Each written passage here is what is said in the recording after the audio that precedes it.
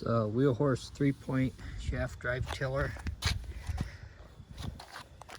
The gear that goes in here chipped a few teeth, so it was taken apart and the gearbox was open to see that everything was okay inside here. There's the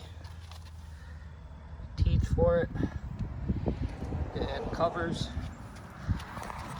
They go on the shafts down there. This all turns.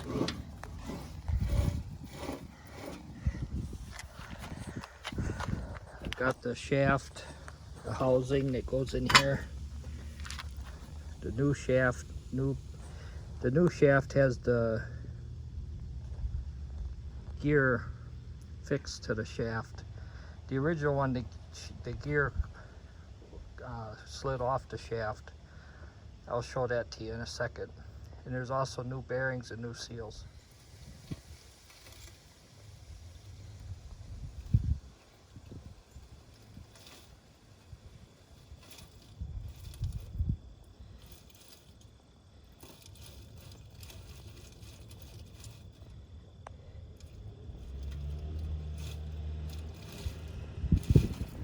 This is the shaft that drives the tiller.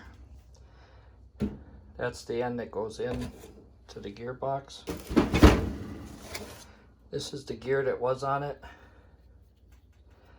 You see it's splined to go onto that shaft. This is a new old stock replacement gear with it's fixed to the shaft, probably press fit or something. Here's the two new needle bearings. This is the seal, I think. Yeah, seal.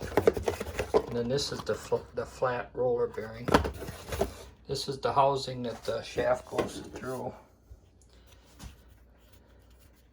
There is a small crack in the housing. You can see one of the needle bearings. The old ones are still in there. There'd be a needle bearing on this side too. I do not have the end of the shaft that goes to the tractor.